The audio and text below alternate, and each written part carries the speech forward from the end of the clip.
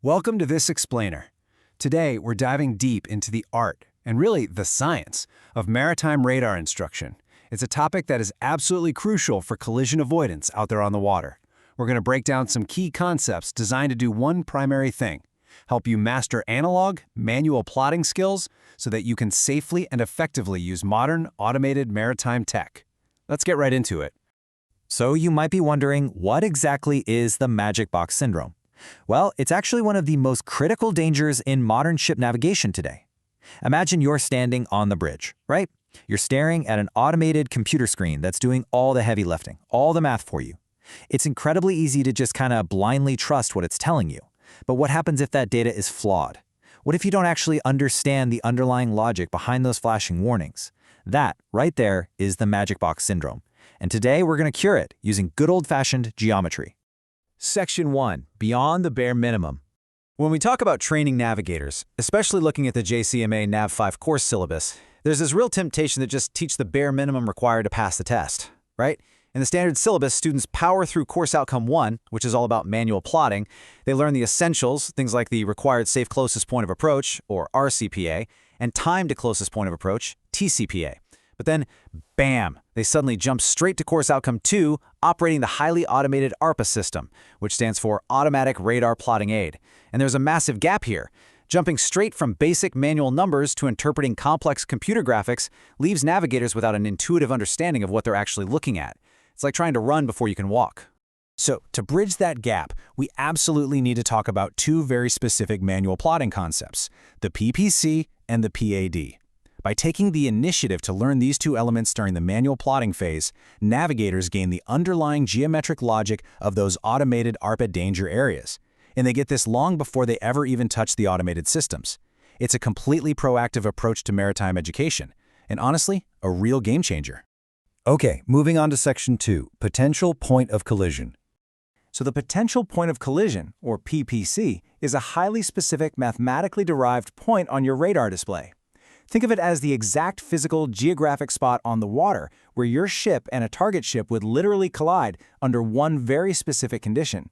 And that condition is if the target maintains its current course and speed, and your own ship alters course to steer directly toward that point at its present speed.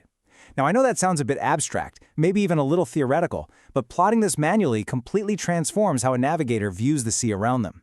Learning the PPC is incredibly valuable for three core reasons. First, visualizing threat sectors. Plotting the PPC shifts your mindset entirely. You stop calculating dry numbers in a logbook and start visualizing an actual physical geographic collision point right out there on the water. Second, understanding speed ratios, which we'll dig into in just a second. And third, it's the absolute foundation for evasion. I mean, knowing exactly where a collision would physically occur is logically the very first step in deciding which way you need to turn your ship to avoid it, right? Now, what's really fascinating here is how visualizing this intuitively forces an understanding of speed ratios. When you map this out, you immediately see the physics at play. If you're tracking a faster target, the geometric math dictates that the PPC is going to be located much closer to the target's current position. On the flip side, if you're dealing with a slower target, its PPC gets pushed way further along its track. Plotting this manually really burns this speed ratio dynamic into a navigator's brain in a way that just staring at a digital ARPA screen never, ever could. Which brings us to Section 3, Predicted Area of Danger. If the PPC is the exact point of collision, the predicted area of danger, or PAD, is the solution to avoiding it. The PAD is a visual safe distance buffer drawn directly around the PPC. Based on whatever required safe distance, or CPA, is dictated for the voyage, the navigator draws a geometric shape representing that limit. Usually you'll see this drawn as a hexagon or an ellipse surrounding that really dangerous collision point. Let's walk step by step through how intuitive this procedure actually is when you do it manually. Step 1. You determine your safe CPA. Let's just say company policy or the captain's orders dictate a 2 nautical miles safe distance. Step 2.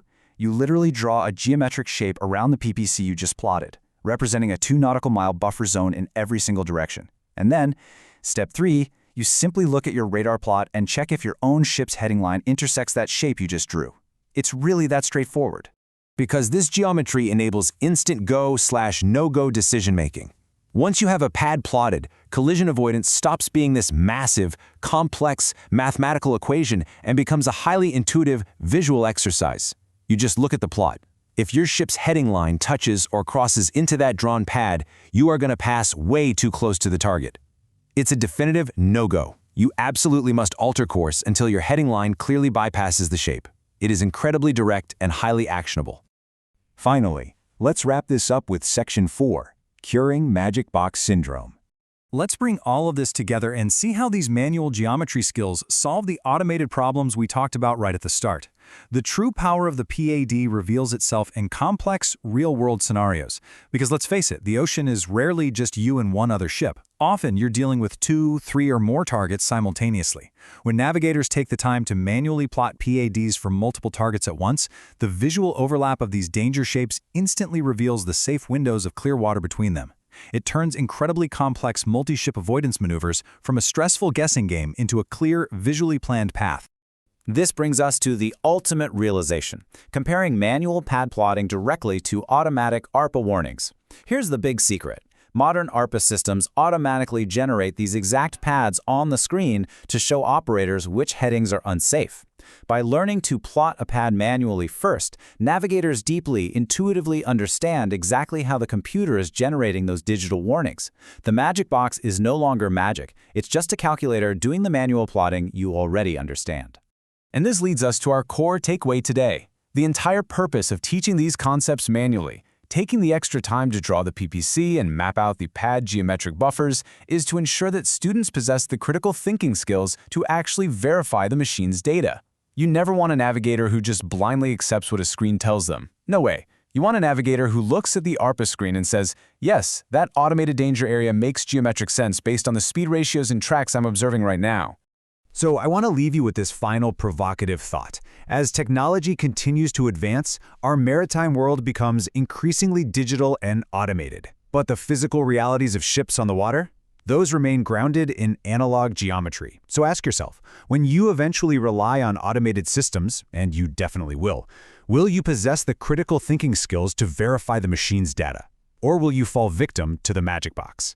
Understanding the fundamental logic of tools like the PPC and pad ensures you will always be the master of the technology, rather than the other way around. Thanks so much for joining me for this explainer.